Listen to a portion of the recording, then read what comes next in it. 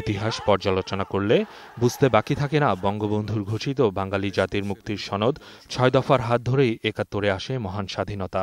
৬ দফার প্রেক্ষাপট ১৯৬৬ সালের হলেও সমসাময়িক রাজনৈতিক ও অর্থনৈতিক সংকট উত্তরণে তরুণ প্রজন্ম এখনও ৬ দফাকে পথ প্রদর্শক মনে করেন। ৬ দফার উপর ভিত্তি করেই আমরা পেয়েছি একটি স্বাধীন পতাকা, একটি স্বাধীন ভূখণ্ড এবং আমরা গাইতে পারি আমার সোনার বাংলা আমি তোমায় ভালোবাসি। তৎকালীন দুই পাকিস্তানের বৈষম্য দূরীকরণে বঙ্গবন্ধুর ৬ দফা বর্তমান সময়ের রাজনৈতিক ও অর্থনৈতিক বৈষম্য দূরীকরণেও ভূমিকা রাখছে বলে মনে করেন এই সময়ের তরুণ সংগঠকরা।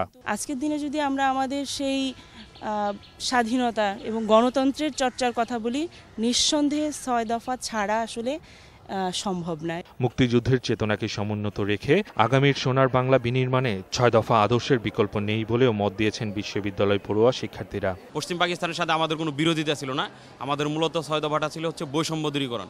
সেই হিসেবে আমরা বর্তমানে বাংলাদেশের অর্থনৈতিক এবং রাজনৈতিক বৈষম্য দূরীকরণের যে স্পিডটা সেটা আমরা ৬ দফা থেকে নিতে পারি। তরুণদের জন্য সেই ৬ দফার আন্দোলন এটাই আজকে বহন করে যে সর্বস্তরের মানুষ দেশের জন্য, একে অপরের জন্য, সিনিয়ররা জুনিয়রদের জন্য, জুনিয়ররা সিনিয়রদের জন্য কাজ করবে।